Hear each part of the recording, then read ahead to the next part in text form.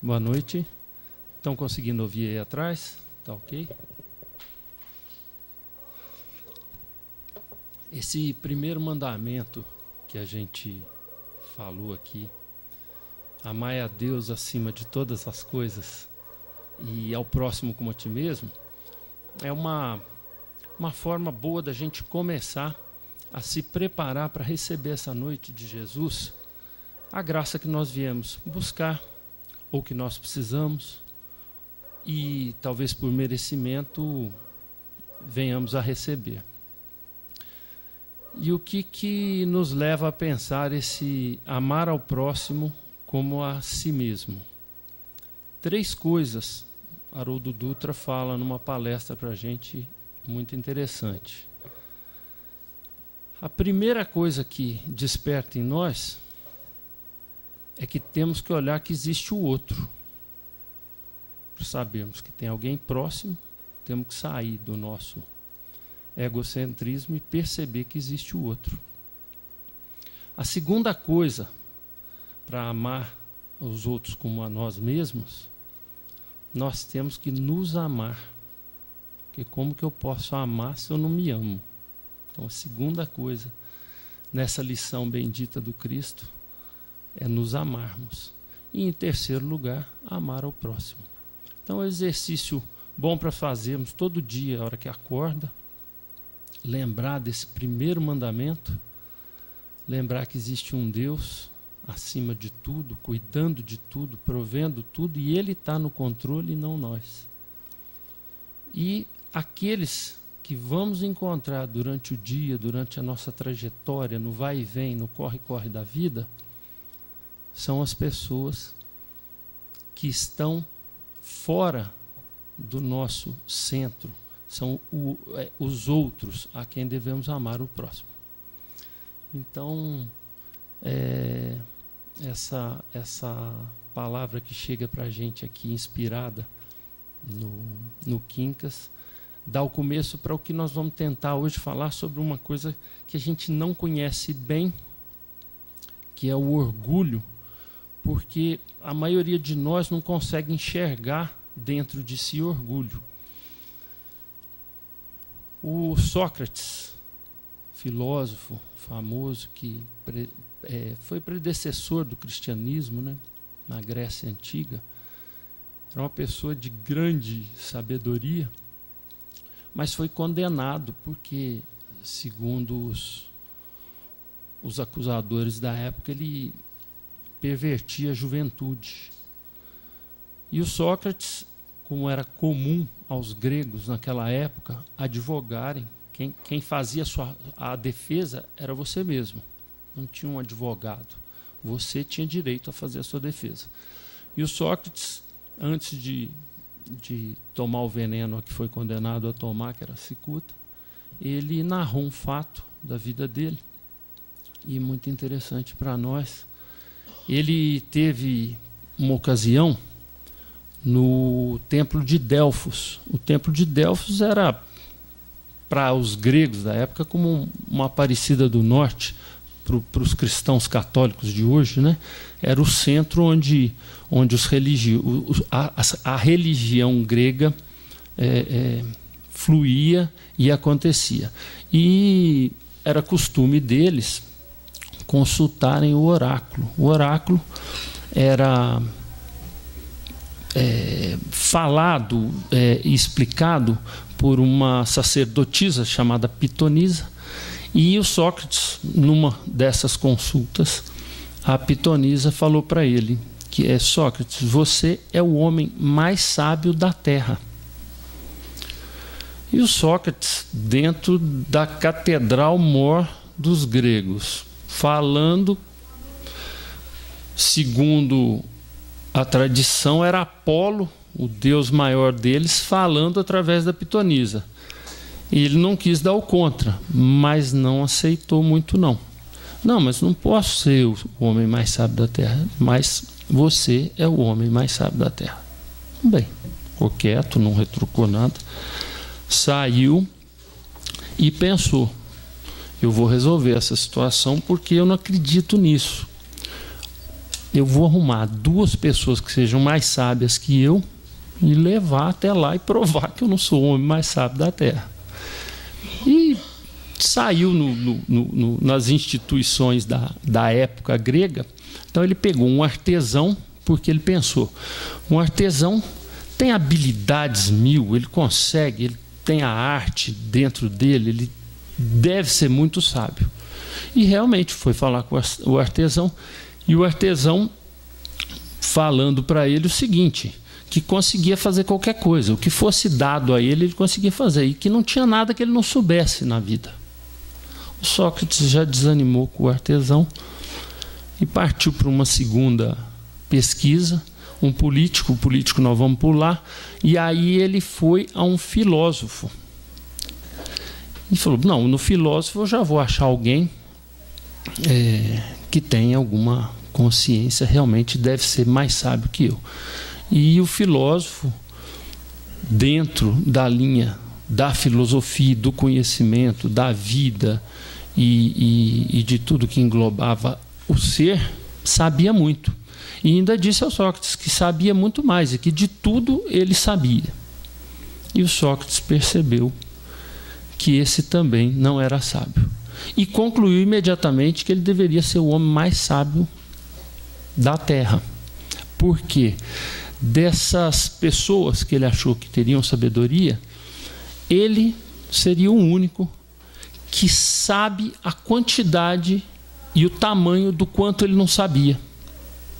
Então ele aceitou essa condição.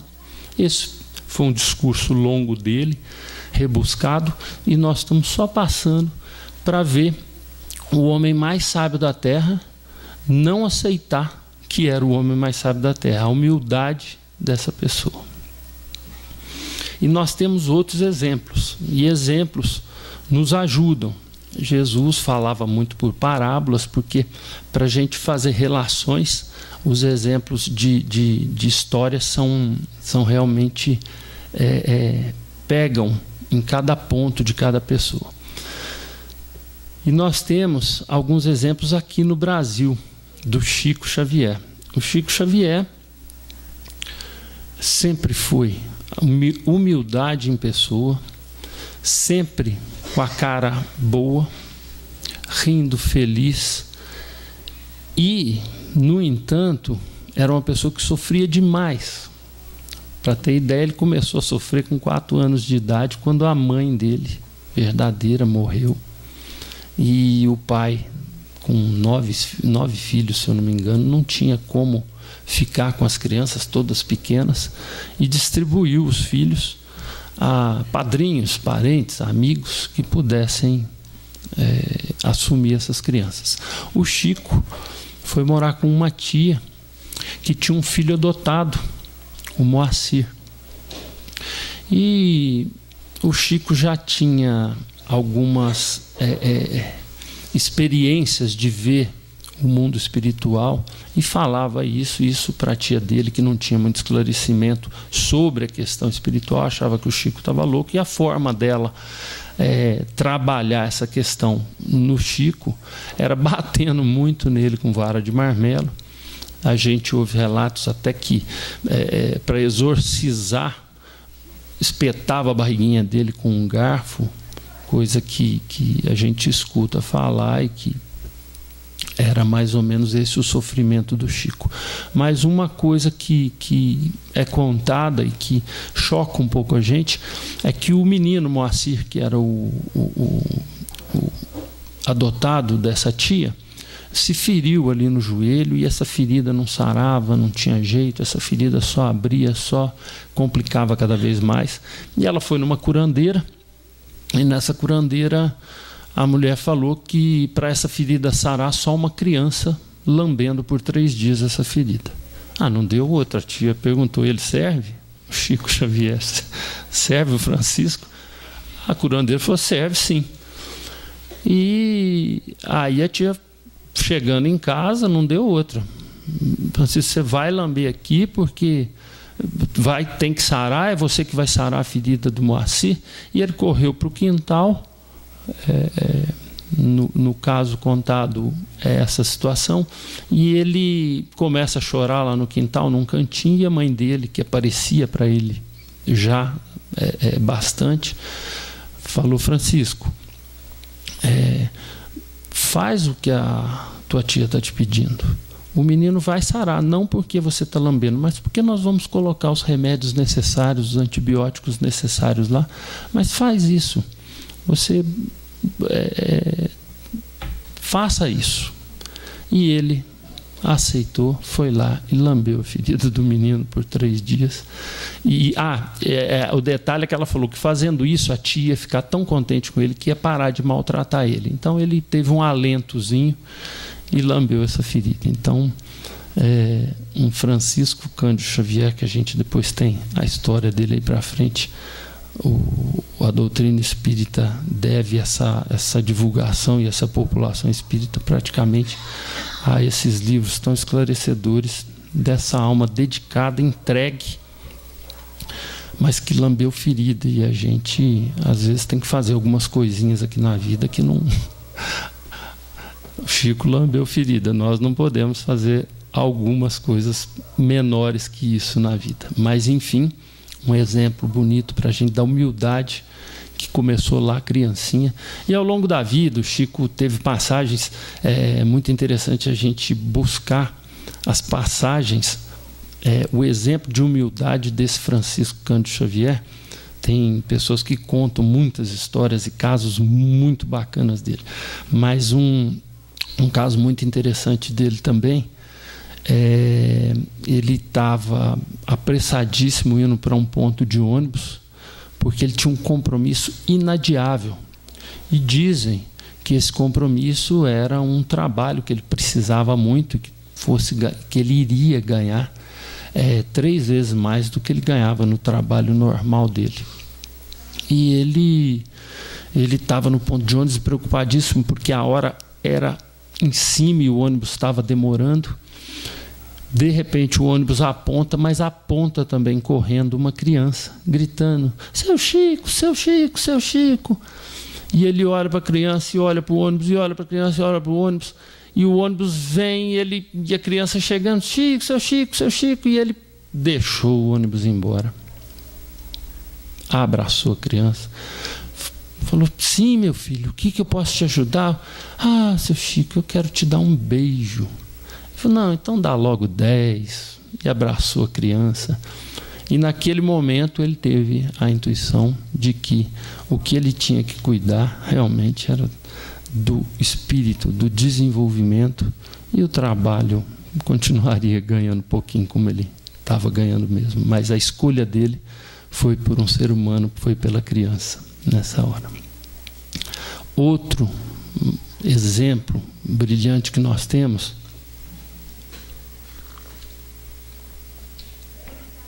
de humildade, Francisco de Assis. Alguns falam o Sol de Assis, né? Há pouco tempo que eu fiquei sabendo que o Francisco de Assis tinha dor nas costas, ficou cego, tinha lepra, sofria, ainda se flagelava, porque ele achava que o sofrimento era a grande condição dele se manter firme na missão. E o Chico Xavier, a gente falando também desses franciscos, o Chico Xavier, que falava que se tirasse o Fran do nome dele, ele virava um cisco, e é o que ele se julgava, né?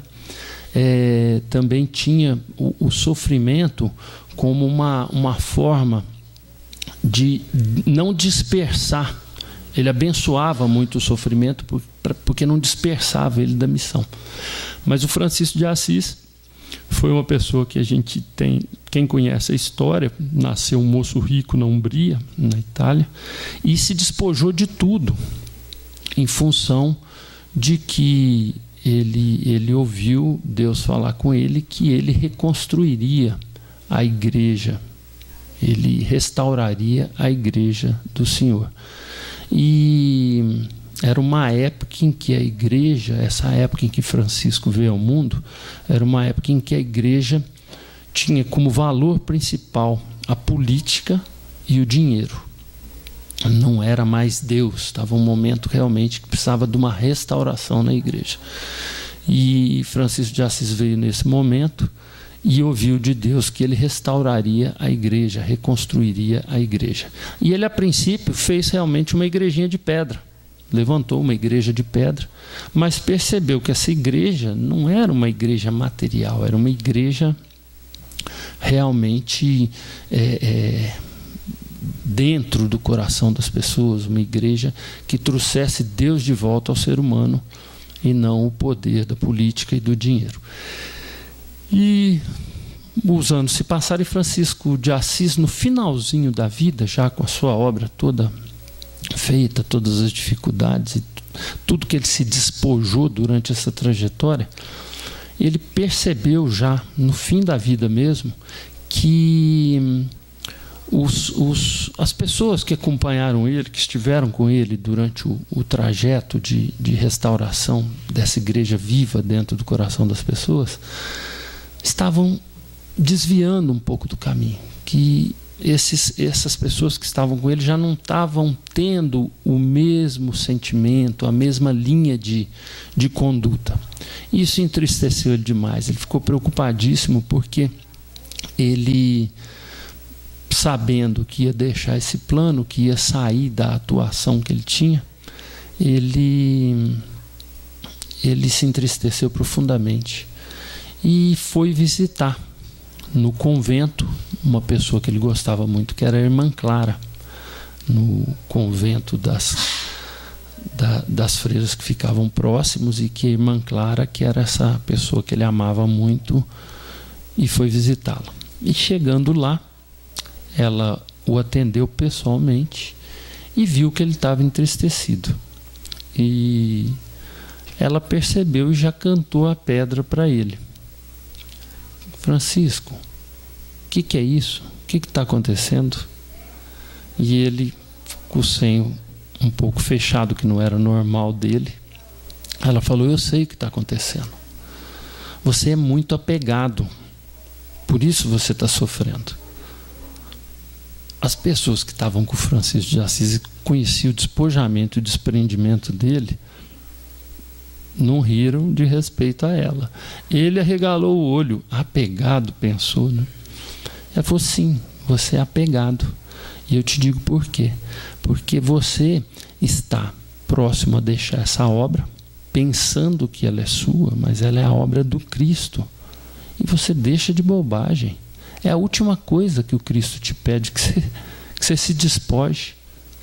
Num minuto, Francisco sorriu, se alegrou e modificou o semblante e falou: você tem razão. Então, ele percebeu o apego.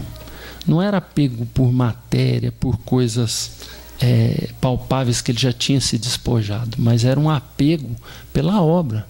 Ele achava que sem ele não haveria obra, mas a obra não era dele. Ele era um instrumento, uma peça, e sim o Cristo assumiria essa obra, como já era do próprio Cristo, mas ele estava apegado. Então temos várias histórias que nos mostram seres muito mais elevados, anos-luz adiante de nós, que têm atitudes altruístas, que têm atitudes de desprendimento, de perceber que não são a importância do mundo, e sim os outros são importantes. E nós vamos ver esses... Deixa eu só pôr o óculos agora, que agora dificulta. Então nós vamos perceber o seguinte, que esses seres não vieram prontos, porque Deus, nosso Pai, o que diz de Deus lá no Livro dos Espíritos? Deus é infinitamente bom e justo. É isso que a gente vê falar de Deus: único, infinitamente bom e justo. Se ele é infinitamente bom e justo, ele não teria colocado seres como esses que a gente aqui da Casa Espírita a gente baba, né? Porque são nossos ídolos, né? Imagina, lamber uma ferida e ter essa humildade, entregar a tua obra, as coisas que você faz assim. Não, é do confiar plenamente, é do Cristo, né? Ou ser um cara instruído, uma pessoa culta, erudita, e não se julgar assim, né? Então, esses seres não vieram prontos, eles trabalharam muito, como nós, todos nós fomos criados simples, ignorantes, mas uns saem na frente, outros, por motivos N, se atrasam, se dificultam e acabam vindo para a Terra, ou ficando pela Terra. Outros vão para frente, vão passando de ano, né, nessa escola. A nossa Terra é considerada um mundo de provas e expiação. Todos nós já ouvimos isso, principalmente no Centro Espírita a gente ouve muito isso, que a Terra é um estágio de provas e expiação. Eu entendo provas como testes, né? Então, você vai ser provado, vai ter testes. Agora, expiação, eu fui procurar no dicionário, porque eu tinha uma ideia de expiação, mas eu não sabia que expiação é reparação de um crime ou de uma falta cometida. Então, provas e expiações é o planeta Terra, isso nós sabemos. Estamos a caminho da regeneração, com a graça de Deus, com o nosso trabalho, com nossa aceitação e o empenho dos companheiros maiores, nós vamos chegar à regeneração, onde o bem vai predominar, mas hoje ainda predomina o mal.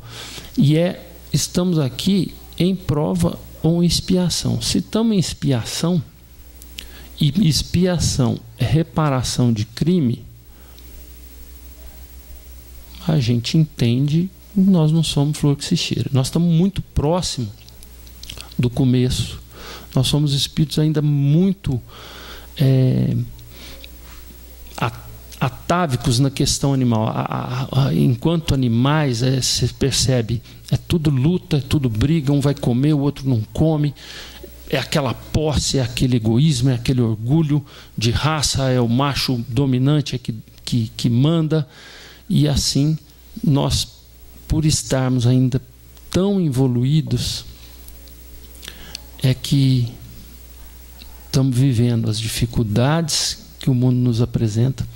E Kardec colocou para a gente, ajudou a gente, na verdade, na questão 913 do Livro dos Espíritos, fazendo uma pergunta para os espíritos, que foi a seguinte: dos vícios, qual o vício mais radical?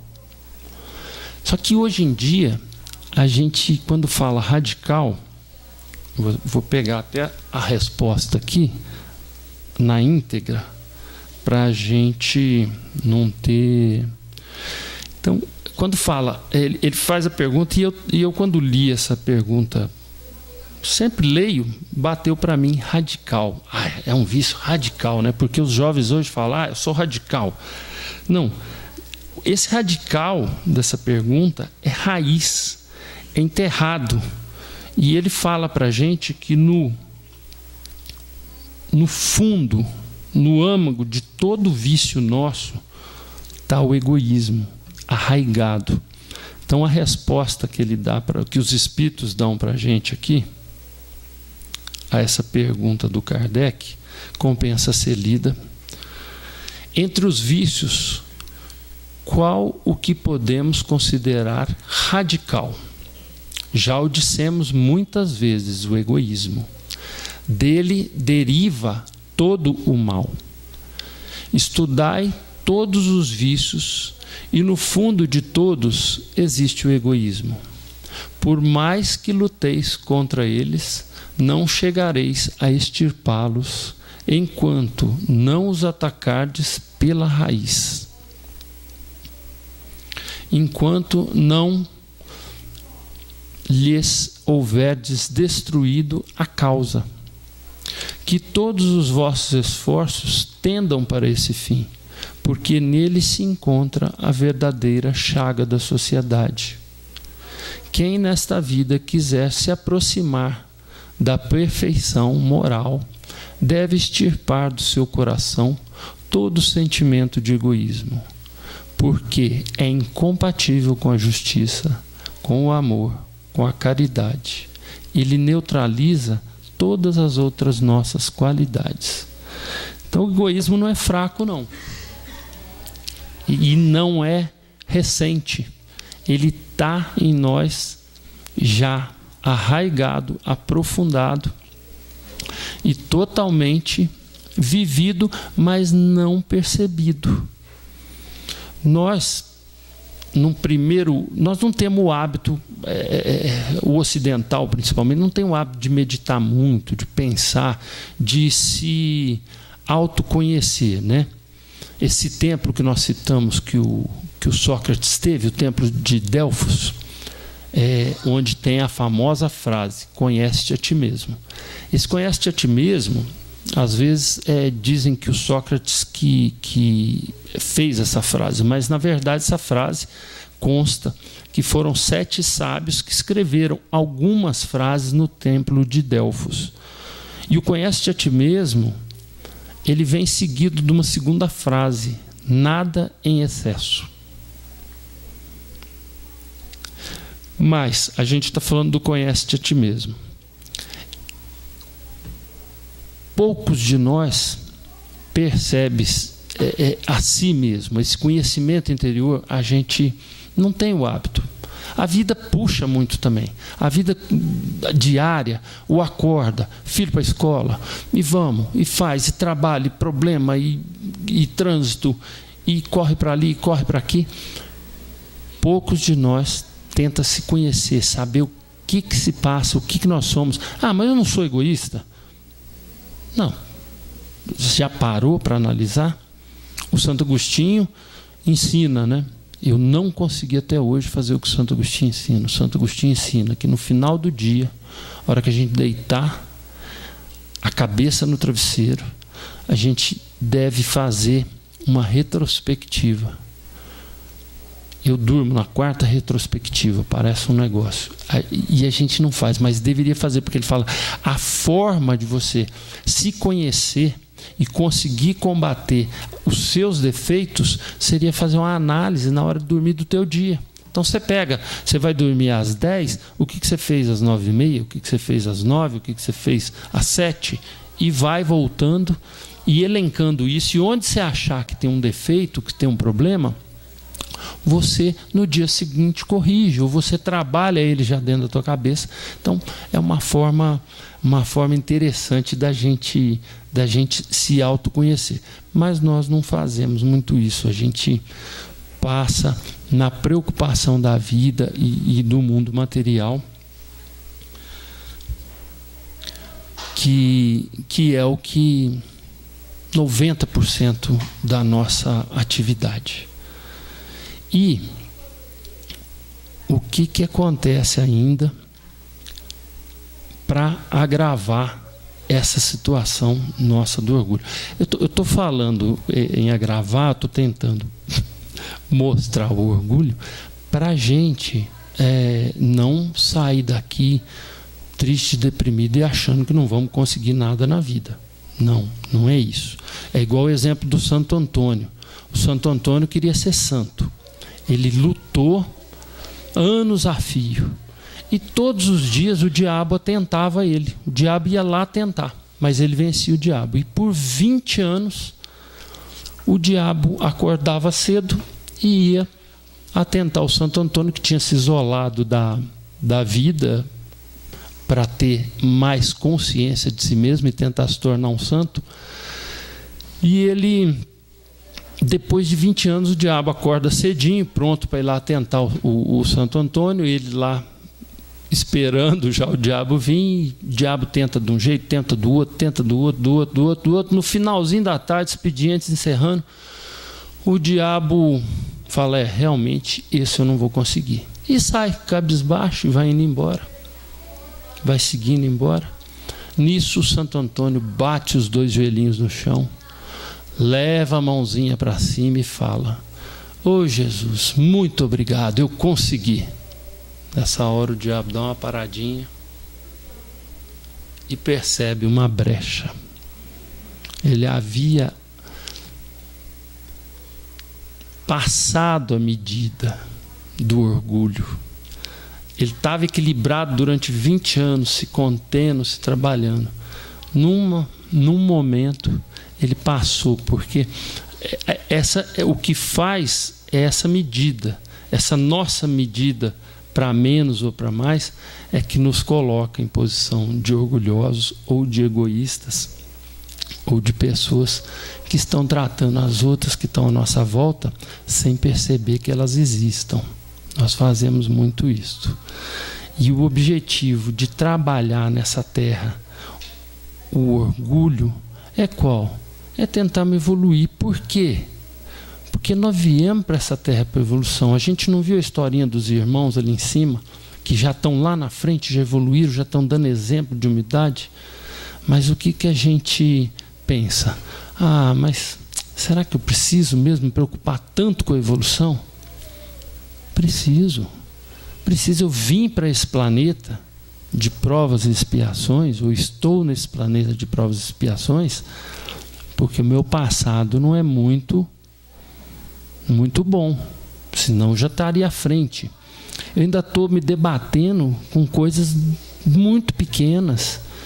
Eu ainda fico bravo demais toda hora. Eu me irrito com facilidade. Eu mato um inseto, mato uma barata, trombo num passarinho na estrada em alta velocidade, com facilidade tranquila. Eu às vezes espanto um cachorro. Essas pessoas, como um Chico Xavier, como um Francisco de Assis, respeitavam as mínimas coisas. Uma vez iam jogar veneno num formigueiro na casa do Chico Xavier. Enquanto o Valdo Vieira foi buscar formicida, ele correu lá para falar para as formigas: minhas irmãzinhas, vão embora que eles vão matar vocês. Olha só, pessoa do nível dele conversando com as formigas, né? E nós não temos tempo para atenção para um filho, acha que já é dodói, acha que já está com manha, né? E a gente é meio parecido com um chinês que, bem no começo da história, lá na China antiga, ele tinha herdado 12 pratos de porcelana finíssima da família. Esses pratos eram guardados com muito zelo, com muito critério, e uma pessoa cuidava deles. E esses pratos só eram usados em ocasiões especialíssimas. E ocorreu uma dessas ocasiões especialíssimas.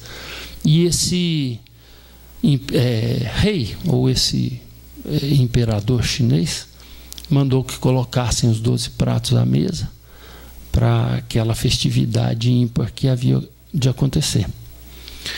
E por um descuido do azar e da sorte durante o recolhimento desses pratos, o responsável por eles deixou que um se quebrasse. Não houve dúvida. Num gesto e numa ação, mandou que se prendesse o cuidador dos pratos e que fosse condenado à morte. E assim foi preso e condenado à morte. Um dia antes da execução que iria ocorrer, chegou um sábio e pediu que fosse atendido por esse imperador, dizendo que ele conseguiria repor esse prato. Ele conseguiria deixar todos os pratos iguais novamente. E assim o imperador ficou muito satisfeito, atendeu esse sábio, e foram para dentro do castelo dele e perguntou como seria. O sábio pediu que se colocasse uma mesa com os 11 pratos restantes e um lugar com aqueles cacos de prato. E aí, feito isso, posta essa mesa, o sábio chegou próximo da mesa, segurou na toalha da mesa e puxou num solavanco só, jogando os 12 pratos e os cacos do outro para o chão, ficando todos quebrados e iguais no chão. Imagina a fúria que ficou o nosso Shang Yung lá, né? O imperador. Com a fera, imediatamente já mata esse idiota. Por que você fez isso? Ele falou assim: fiz, tem um motivo. Então me explica, porque eu quero saber, porque você não é louco. Olha, eu fiz isso pelo seguinte: eu quebrando todos os pratos, os 11 pratos restantes, só eu vou morrer. Agora, se eu deixasse esses pratos inteiros, cada vez que um fosse quebrado, uma pessoa ia morrer. Provavelmente, no mínimo 10, 11 pessoas iriam morrer durante a sua existência por causa desses pratos. E o que eu lhe digo, vale mais um prato do que um ser humano, senhor desse castelo e dessas terras. E isso tocou profundamente esse imperador. E ele percebeu que ele estava fazendo o grande erro. Libertou tanto o sábio quanto o que tinha quebrado o primeiro prato, e aprendeu a dar o valor nas pessoas e não na matéria. E nós temos uma outra historinha similar, não, mas traz a mesma mensagem que essa, que a maioria de nós já viu também, que é uma historinha contemporânea de um pai que compra um carro novinho, zerinho, um super carrão, e vem para casa com o carro, encosta o carro, limpo, passa a flanelinha e entra para dentro de casa. E nisso o seu filhinho de 5, 6 aninhos vai brincar próximo do carro, pega uma pedra e risca esse carro. E o sujeito saindo, vê o carro riscado, vê o menino com a pedra na mão, pega esse menino, espanca o menino, espanca a mão do menino com tanta força com a pedra que o menino tem que ir para o hospital. Esse pai, dizem que essa história é verídica, esse pai pega essa criança, leva para o hospital meio que desfalecida, as mãozinhas muito batidas. No hospital, os médicos recuperam a criança, mas não conseguem recuperar a mãozinha do filho. Esse pai, depois em casa com o filho, o menino consegue já sair, andar e ver que o carro do pai foi arrumado. A bagunça, os riscos que ele tinha feito tinham sido consertados. E aí ele, na inocência da criança, santa inocência, pergunta para o pai quando que a mãozinha dele voltaria. O carro estava arrumado, mas e a mãozinha dele nasceria de novo? Esse pai não suporta, dizem que se suicida. Mas enfim, o que nós tiramos dessas duas últimas lições, e a respeito da humildade e do orgulho, é que por que devemos melhorar? Devemos melhorar, no mínimo, para que as pessoas possam valer mais para nós que os bens materiais. E a gente imitaria Jesus falando assim, hoje, para a gente encerrar e levar para casa: Martas, Martas que somos, por que tanta preocupação com as coisas desse mundo, se só uma coisa é importante? Jesus nos abençoe, nos dê aquilo que precisamos dentro dos corações.